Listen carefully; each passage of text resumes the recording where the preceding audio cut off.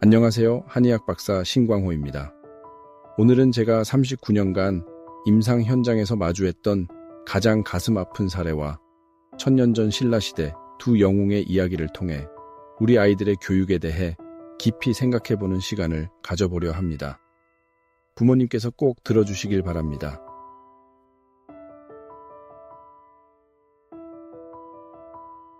여러분 잠시 눈을 감고 이 상황을 들어봐 주세요. 25살의 한 청년이 있습니다. 이 청년은 부유한 집안에서 소왕제처럼 자랐습니다. 겉으로 보기엔 정말 아무 부족함 없이 자라난 듯 보였죠. 아버지는 아들을 위해 헌신적으로 모든 걸 도왔습니다. 덕분에 공과대학에 입학했고 군대에도 입대했습니다. 하지만 그 청년은 군대에서 3번이나 극단적인 선택을 시도했으나 실패하며 결국 의가사 제대를 했습니다. 이후 민간병원에서 허리 치료를 받던 중 다시 한번 안타까운 선택을 하여 결국 생을 마감했습니다. 이렇게 된 데는 정말 안타깝고 기막힌 사연이 숨어 있습니다. 그 아버지는 아들의 행복을 위해 모든 것을 헌신했습니다. 학원도 보내고 학점도 관리하고 어려운 일이 생기면 직접 나서서 해결했습니다. 친구를 사귀는 것도 이성 교제도 아버지가 아들의 모든 것을 통제했습니다.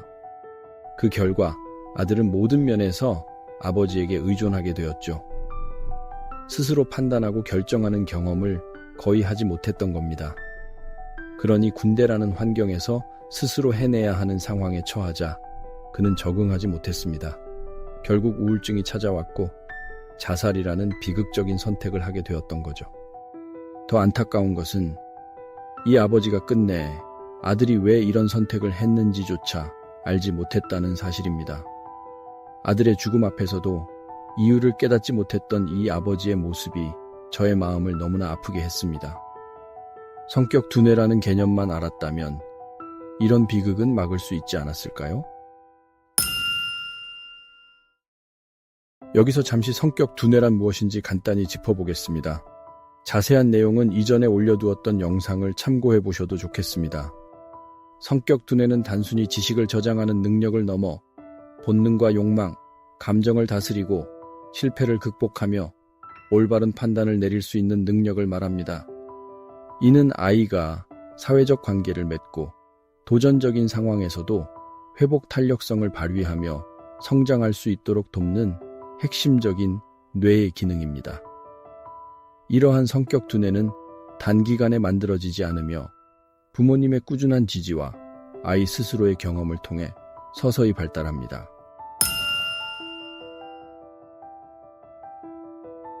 이제 시간을 천년 전 신라시대로 돌려보겠습니다. 여러분께 잘 알려진 두 화랑의 이야기를 들려드릴게요.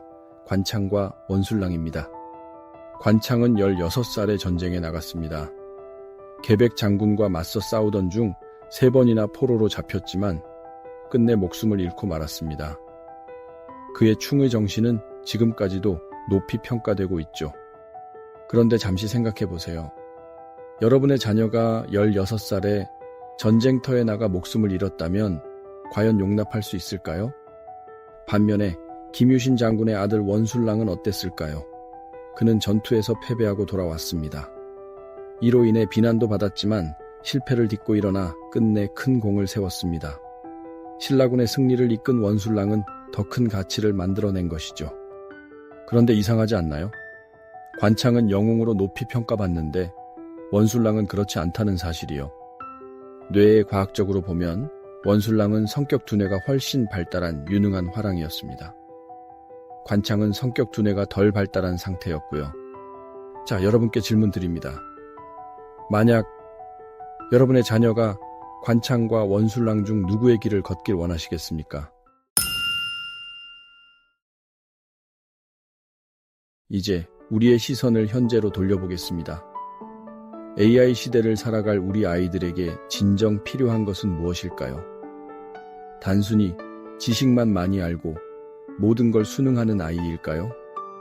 아니면 실패를 딛고 일어설 수 있는 회복 탄력성과 문제를 스스로 해결하는 능력을 가진 아이일까요? 제가 39년간 임상 현장에서 지켜본 결과는 명확합니다.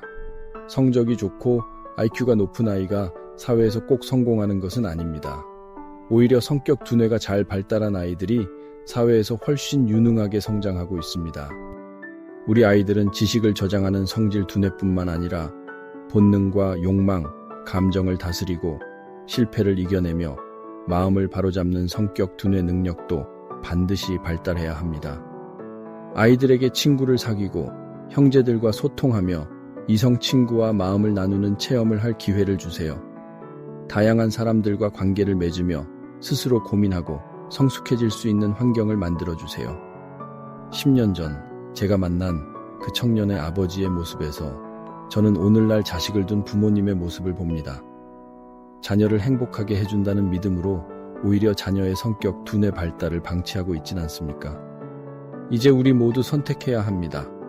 지식만 가득한 바보를 키울 것인가? 아니면 실패를 딛고 일어설 줄 아는 유능한 인재를 키울 것인가? 그 청년의 아버지처럼 후회의 눈물을 흘리기 전에 우리 함께 아이들의 미래를 위해 오늘부터 교육 방식을 바꿔나갑시다. 신광호의 뇌과학 이야기였습니다.